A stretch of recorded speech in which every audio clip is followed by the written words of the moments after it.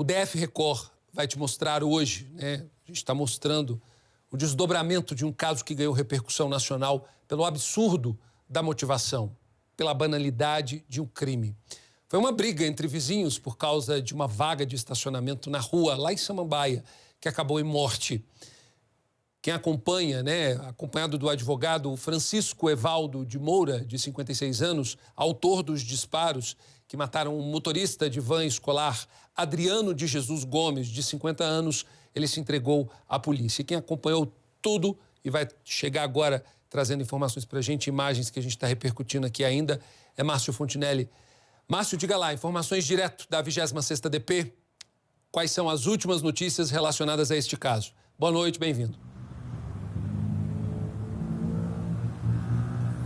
Oi, Alessandro, boa noite para você e boa noite a todos que acompanham a gente no nosso DF Record. A nossa equipe passou a tarde aqui na 26ª DP, onde mais cedo o Francisco Moura, de 56 anos, prestou o depoimento. Lembrando que ele se entregou logo de manhã.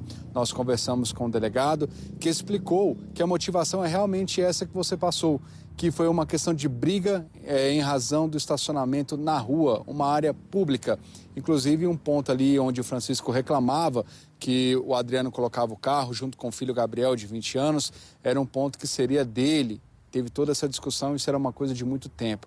A gente conseguiu descobrir alguns detalhes importantes também, que em relação ao Francisco, ele já tem uma passagem pela polícia em 2002 por furto qualificado.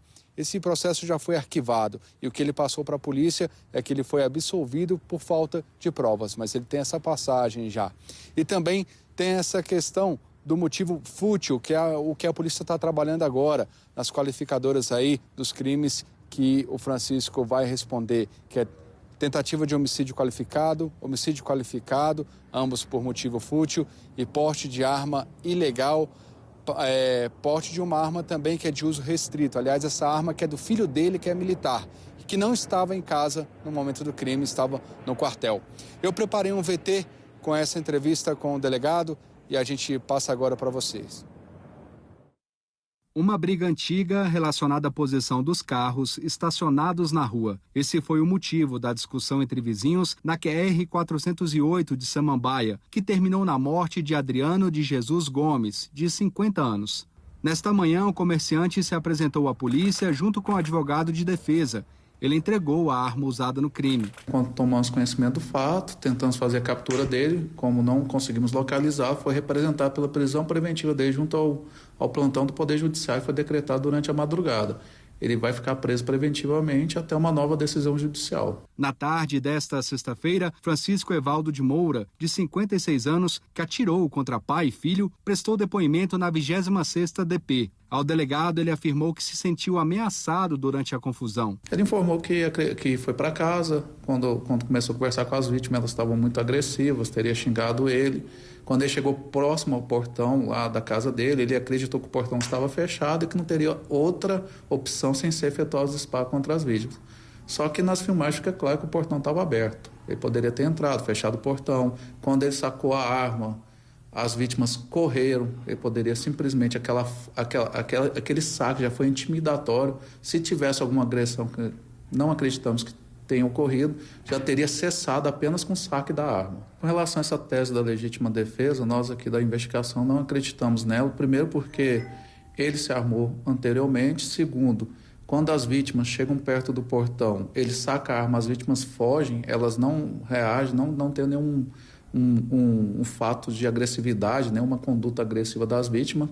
Ele persegue as vítimas efetuando disparo. Então, para nós, não houve legítima defesa, não caberia legítima defesa nesse caso. A arma usada no crime, uma pistola 9mm, pertence ao filho do atirador, que é militar do Exército. Como o autor estava com ela na cintura, a hipótese de que o crime foi premeditado não está descartada. Pelo fato dele, ele mesmo dizer que pegou a arma, colocou na cintura para ir conversar com a vítima, acreditamos que ele já queria alguma coisa a mais do que apenas uma conversa amigável. De acordo com a polícia, Francisco Moura já teve passagem por furto qualificado em 2002. Com a prisão preventiva decretada pela Justiça, ele deve ser encaminhado ainda hoje para o Departamento de Polícia Especializada, a DPE, onde vai passar por uma audiência de custódia. O inquérito final do caso será finalizado em 10 dias. Francisco será indiciado pelos crimes de homicídio qualificado, tentativa de homicídio qualificado, os dois por motivo fútil, e porte ilegal de arma de fogo de uso restrito. Somadas, as penas ultrapassam 30 anos de prisão. Olha só, a defesa está alegando legítima defesa e você vai no Código Penal e você vai ver o seguinte: a legítima defesa é justamente para você afastar um perigo iminente. E segundo o próprio Código Penal, de maneira moderada. Então você avalia as imagens e aí tira as suas conclusões.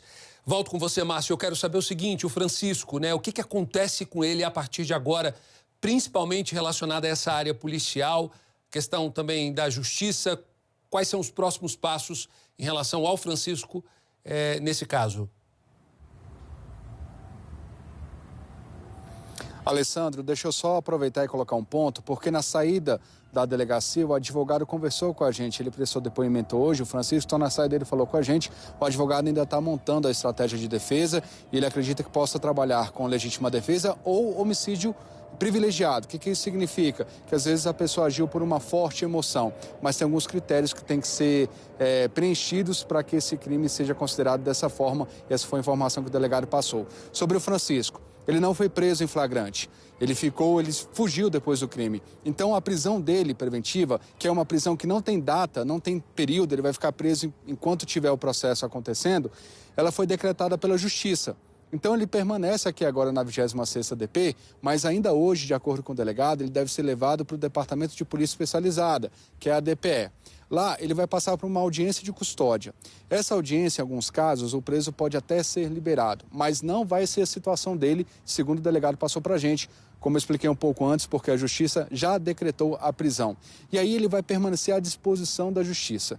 Pode ser que ele fique um tempo na DPE e pode ser que até segunda-feira ele seja transferido para Papuda. Isso não é uma certeza ainda, mas essa é a condição dele. Os crimes que a gente já colocou na nossa matéria, a gente já comentou também, né? São os 3 que ele vai responder, que é tentativa de homicídio, homicídio, todos os 2 por motivo fútil, o que aumenta a pena e se agrava ainda mais. Então esse detalhe do motivo fútil é importante, e também a posse ilegal de arma de fogo de uso restrito, já que ele pegou a arma do filho que é do Exército. Lembrando que a polícia também trabalha com a hipótese de que o crime tenha sido premeditado de alguma forma. Isso não foi descartado, porque no caso, o Francisco, como a gente vê nas imagens, ele estava com a arma na cintura. E o Francisco, ele saiu de casa e foi até a casa do Gabriel, que é filho do Adriano, para tomar satisfações em relação à questão dos carros que estavam estacionados ali em área pública. Lembrando que o Adriano, ele trabalhava com transporte escolar e algumas vezes o micro-ônibus dele ficava lá na rua. E tem até um ponto que o delegado passou para a gente, que o Francisco, em depoimento, afirmou que esse micro-ônibus sujava os carros dele, parece até que teve uma colisão no portão. Foi isso que o Francisco justificou para o delegado. Isso são coisas que teriam acontecido bem antes dessa confusão. Então essa é a situação dele agora e a gente vai acompanhar todo esse caso de perto. Eu volto com você. Obrigado, Márcio. Qualquer informação aí da polícia, você me aciona aqui. E agora a gente espera, né, essa montagem desse quebra-cabeça, porque realmente é a versão dele e o que a polícia vai constatar justamente para apresentar, levar esse caso para a justiça.